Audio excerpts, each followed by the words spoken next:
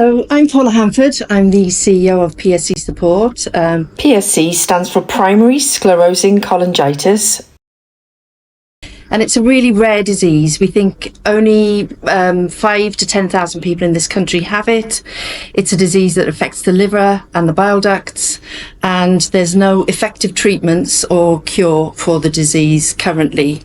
PSC Support is the only charity solely dedicated to PSC, and we provide information and support.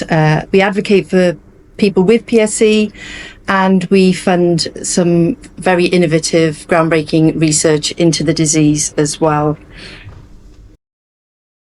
Hi everyone, yes, I'm Nick Kane. I'm the Finance Trustee for PSC Support, and we're delighted to be joined today by Kieron Dyer, England footballing legend, 33 caps for England, I think it was. Yeah, that's right. I don't absolutely done my research, but I was a boyhood Newcastle fan, so I think when you're younger, you always get told not to meet your heroes, so I'm putting that to the test today and meeting one of mine, so it really is an honour to have you with us. So thank you for inviting us down to Chesterfield today.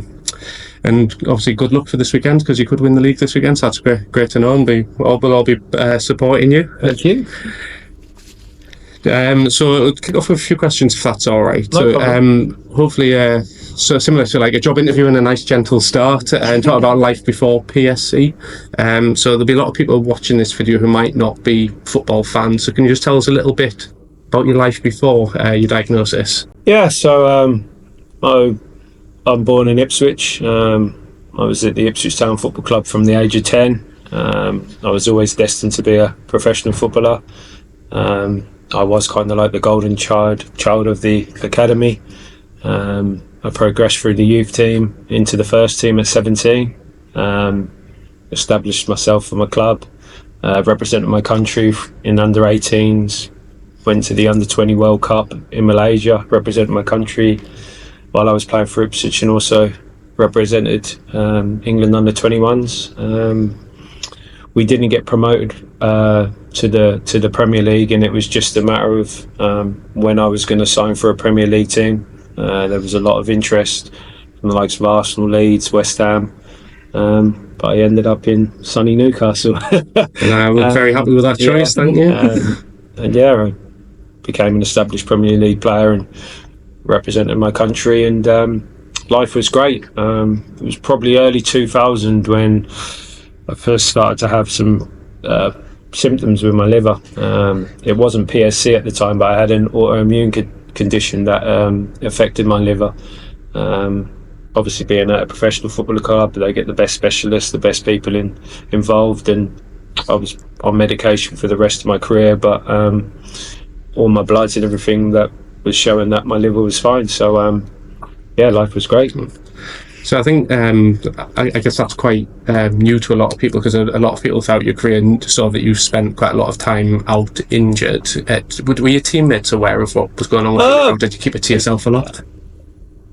My real close friends in football, we just mentioned Jonathan Woodgate off air, Jonathan Woodgate, Jermaine Genus, Titus Bramble, Craig Bellamy. 4 or 5 players obviously knew about it, and obviously everyone high up in the football clubs knew. So whether that be the manager or the owners or the CEOs, they all kind of knew. But like I said, they were taking advice from the specialists, and I was able to play the majority of my career. And out of your career, what was the biggest highlight in your career? Oh, in my career, obviously I'm an Ipswich Town boy, and when England, when Wembley was getting redone and rebuilt, England kind of played in different stadiums across the country. I played at St James's Park for England, I played at Hanford for England, but there was a game hosted at Ipswich Town, Portman Road, so I was a hometown boy playing for my country in my hometown, so that was probably the real highlight. People expect me to say the World Cup or European Championships with my country, but it was definitely playing for my country in my hometown, because everyone was there. I was representing the whole of Ipswich. I was going to say, nothing beats your hometown, does it? Exactly. And they're doing well this year, Ipswich, aren't they? Yeah, they're doing really well. It's just a shame that they're going against such juggernauts in that division of Leeds and Leicester, but we're guaranteed the playoffs, and we've still got a chance of automatic promotion, so fingers crossed. All the best to them, yeah. And I say that through gritted teeth because my daughter's a Norwich fan. Okay. No, all the best to them. So it should be great to see them back in the Premier League. Yeah. So we know that PSC is experienced differently by different people, and can you tell us a little bit about how you got your diagnosis? Or how Yeah, that came so about? like I said, I always thought I had the autoimmune condition, and I went to, obviously I had my doctors when I retired from the football club, but I also went to see a specialist, Simon Williams his name was, based in Ipswich. And I was going to do I'm a Celebrity, Get Me Out of Here in 2015. So I just went for they ask you for insurance reasons, ITV, to go and see a doctor to get clearance to do. So obviously I knew I had the autoimmune condition, went to Simon. He said it's been a while since you've had a biopsy and an MRI just to check everything's going all right. And then when my bloods and the biopsy came back, he said that I had the condition PSC. So I was still all right to go and do I'm a Celebrity, Get Me Out of Here.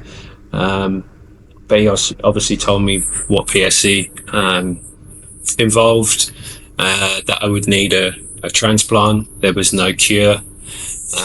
But I was pretty blasé about it because when he mentioned transplant, I was thinking when I'm 60, 70, I thought it was one of them that, okay, but I'm doing all right, I'll be okay. So yeah. Did you have any symptoms? No symptoms at all, nothing at all. There was no jaundice, there was no itchiness, I was just living a normal life. He just said he could tell from the MRI and there was scarring now developing in the bile ducts. So yeah, I just carried on my life as normal.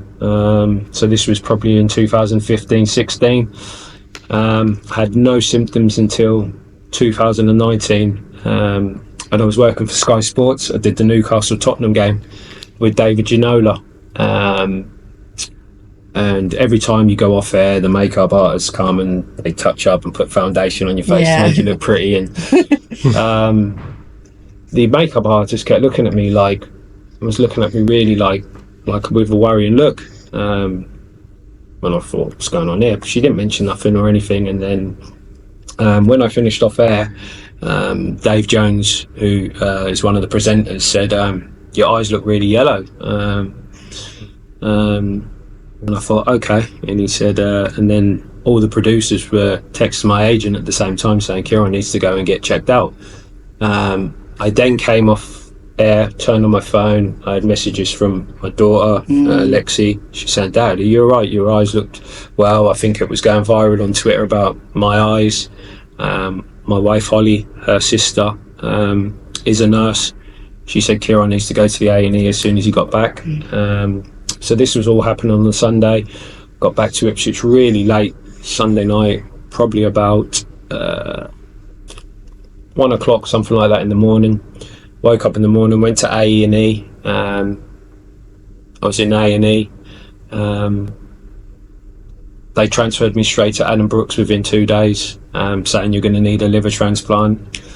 And I met the team in Adam Brooks. They do all the tests to see if you're able to receive a transplant. And yeah, they said they're going to put me on the list and that I'll be looking to have a transplant within 3 to 6 months. So yeah, how long was that before from I'm a Celebrity to so this was in 2019, so it was a good 4 years of no symptoms, and then it just all of a sudden hit me. But prior to my eyes being yellow, I can remember I used to wake up in the night to go to the toilet, and it was just like a luminous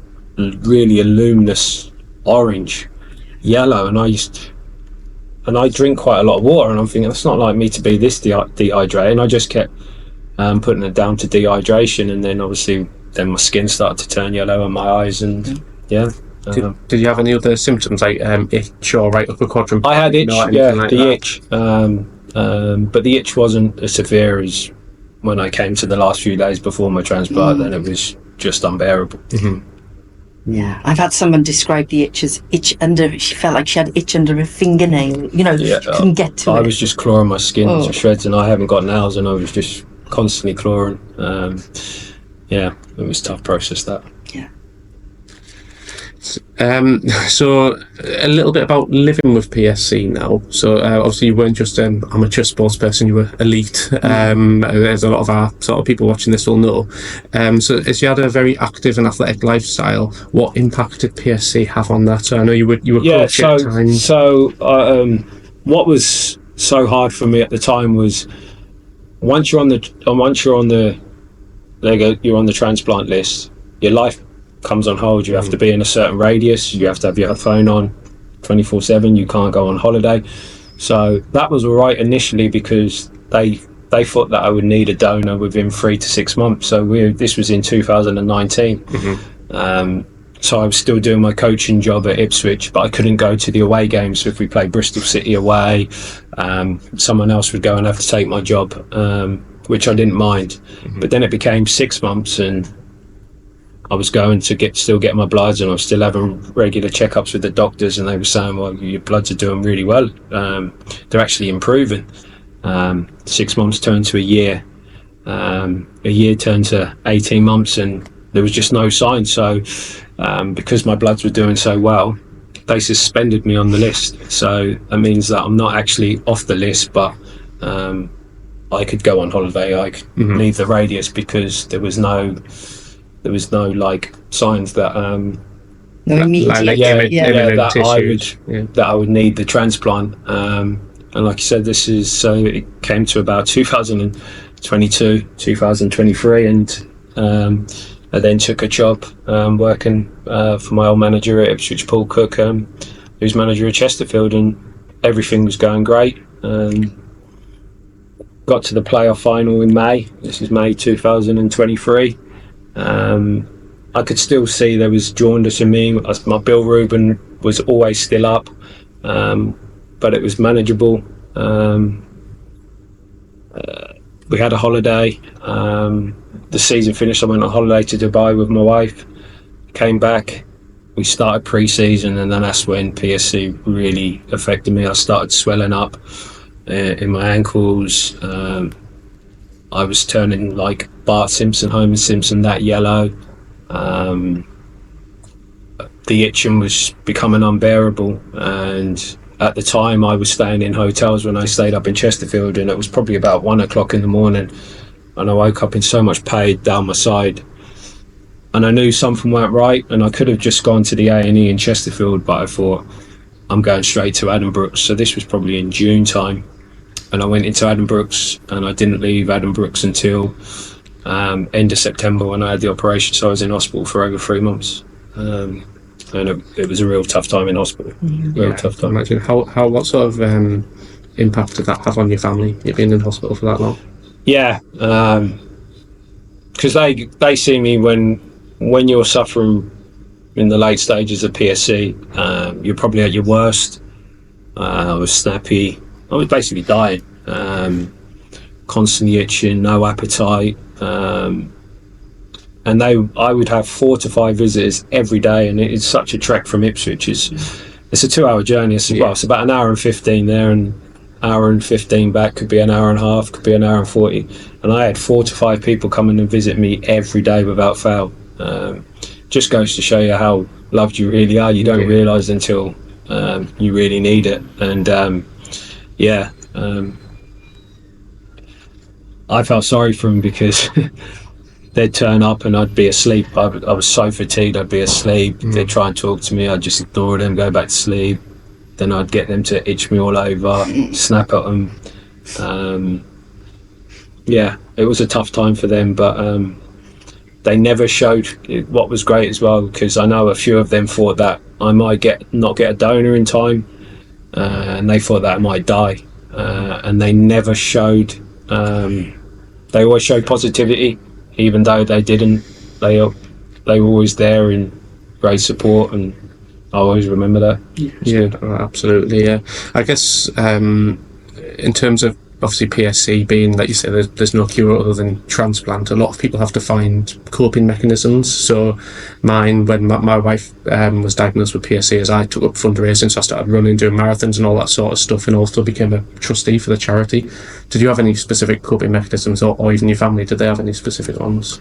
No, I didn't really. I was really confident and positive that because I was at such a young age, considering I'm having a liver transplant and I'm a healthy lad and a healthy background, I always thought that I would overcome it. I would overcome the operation and get back on the road of recovery.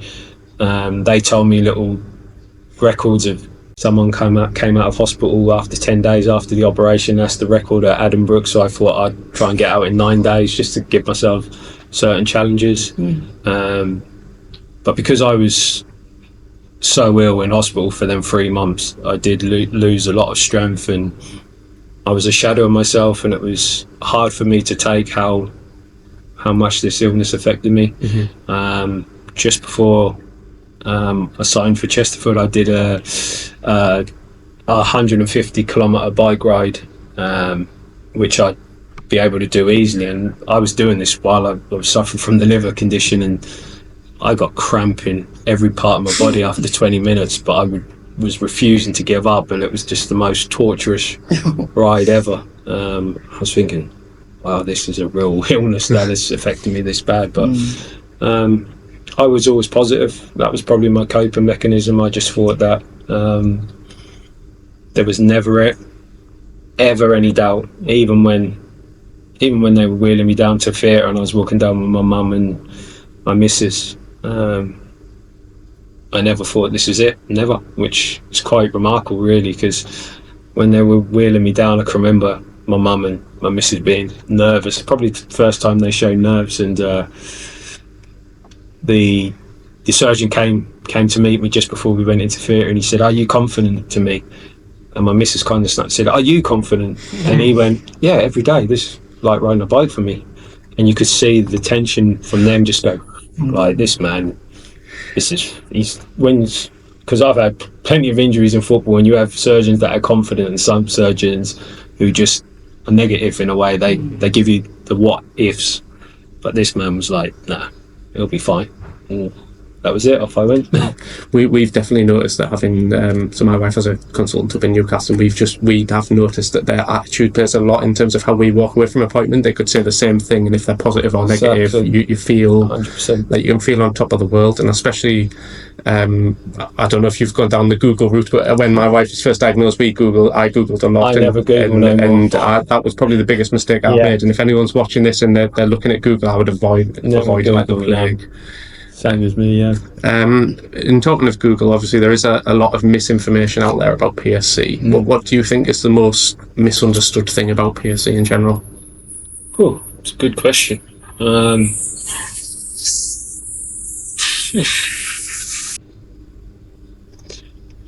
The thing what really has come to light for me is, like you said, is what you lot are trying to do, really, the lack of funding. And I honestly believe now that they will find a cure if we give it the attention and give this disease the attention that it deserves, because it is a killer of a disease. And the more funding and the more research we get, hopefully in my lifetime, that's one of the big things that I want to see, that transplants aren't the only hope. There will be a cure, and they can get down to the bottom of it. And like I said, we'll get them on the right way. There was another footballer, even since I've had my operation, another footballer contacted me, and he's got PSC. He's 54, 55 years of age, and he got diagnosed with it 6 months ago, and he's already now admitted into hospital. And he just reached out to me, see my story, asked for advice, and I'm trying to help him through it as well. So like I said, I've got a platform, hopefully, to reach out and to get this disease the attention that it needs.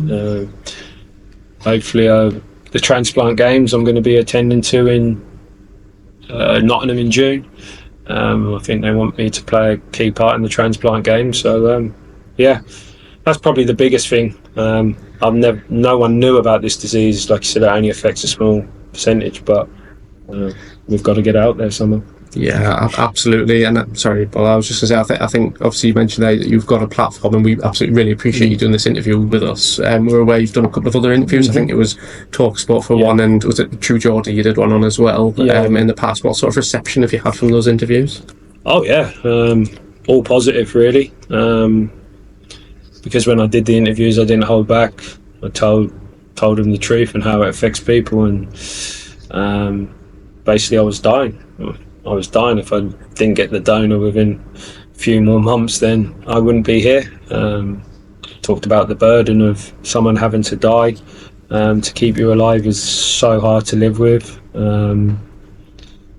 Since I've had them interviews, the family have reached out to me in letter, and I've reached out to them, so I know a lot more about my donor. They know a lot about me now, and in their letter was really refreshing to say they said I'm a part of their life now, and like I'm continuing their legacy of that family member. So it's such a burden to carry, and it's a privilege, because without them I wouldn't be here. So it's an amazing journey. It's still going on. There's going to be obviously a lot of bumps along the way, but I'm heading in the right direction, and yeah, I'm loving life. It's great to hear. Yeah.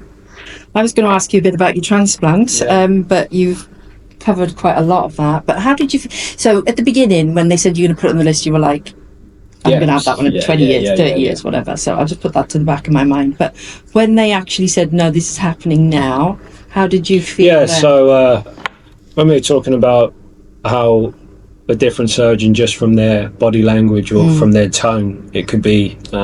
it can make your mood be up or it could be down. So when I was in Ipswich Hospital, when I checked in the A&E after my jaundice on Sky Sports, did my bloods, they did an MRI, and I can remember waking up about 6 o'clock in the morning, and they get you up at 6 o'clock in the morning, give you a bit of breakfast, and the doctors were doing the rounds.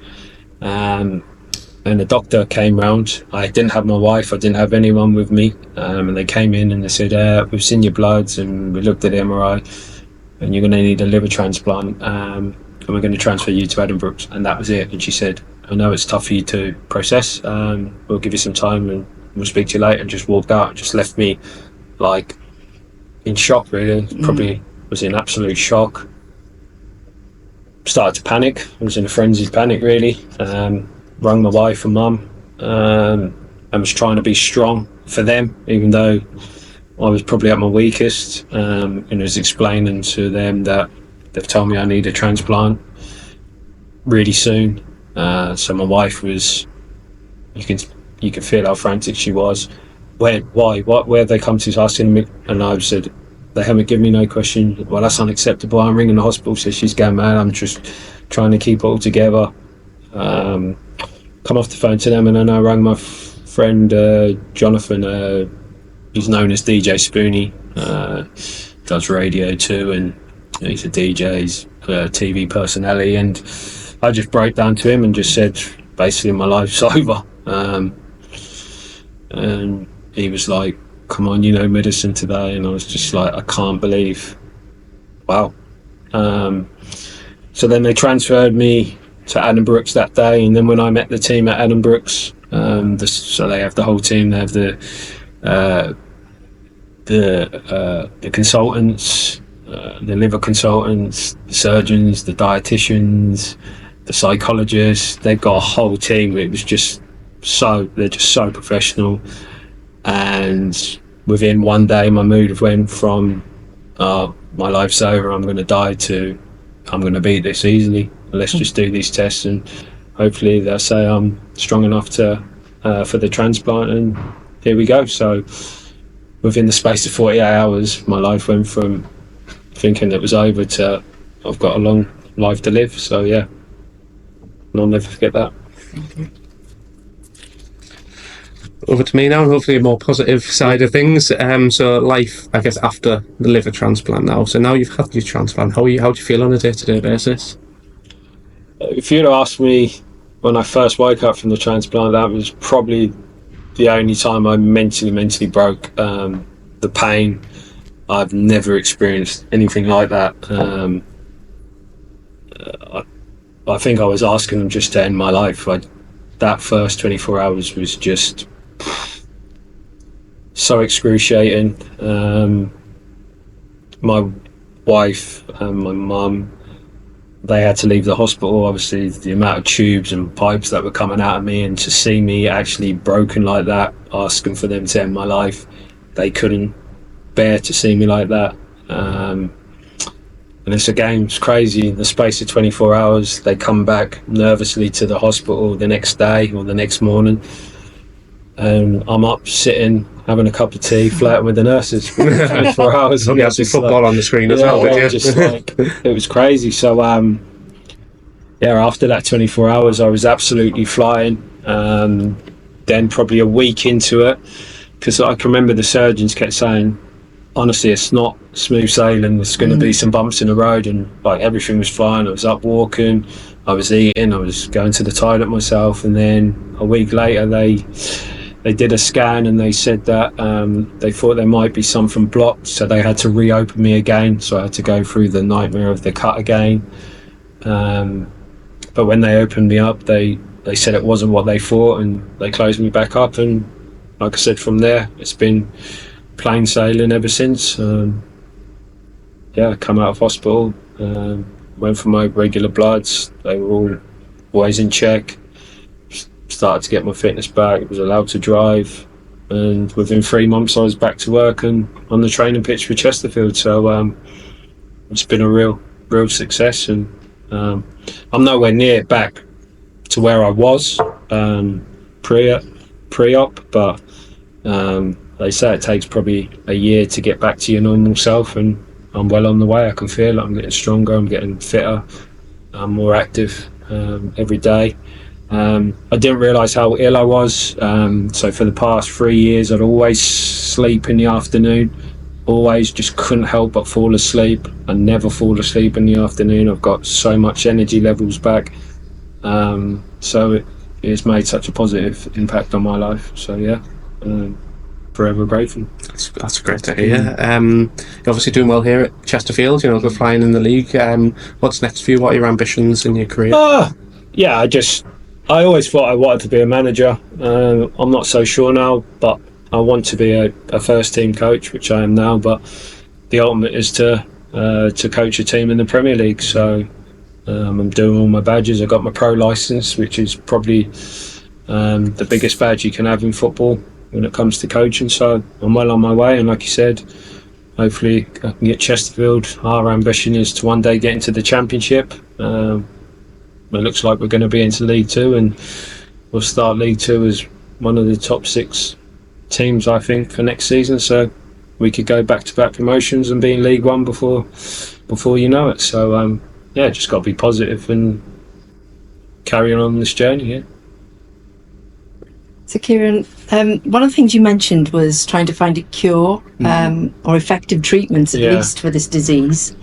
One of the things we're doing, and I think we've mentioned this, we've talked about this before, is a campaign called Mission 2030, where we've pledged £1 million for research. So we've already funded £155,000 worth of research last year, and we're going to fund a substantial amount, similar amount, this year as well.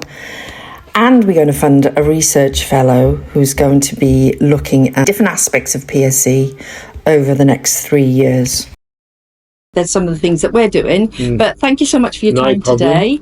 Before I take your mic off and you go back onto the football field, football pitch, isn't it? Pitch. Sorry. Could you just, if there was one thing for someone watching this video that you'd like to take away with them, what was one thing that you'd want them to, what would it be? I was really negative about the NHS. I know it sounds crazy. Just for if you have bumps and bruises and you go up the A&E and you could be waiting 5 hours and you think, but they saved my life, and they're incredible people, from the surgeon to everyone, nurses, surgeons, consultants, everyone at the Adam Brooks NHS. They were incredible, because it weren't just me. I was on a ward with, before the operation, I was on a ward with probably 8 of us, all with the same symptoms, all crappy patients, all snapping at them. And they just treat you, they can't do enough for you, and they keep your spirits up, and they'll do anything. And like I said, as a team, they saved my life. So my big thing from it all is, with this condition, once you go into hospital, you're in the safest place ever. They will look after you when you're at your lowest, and I'll never forget that. Kieron Dyer, thanks very much. Thank you very much. Really appreciate it. No problem.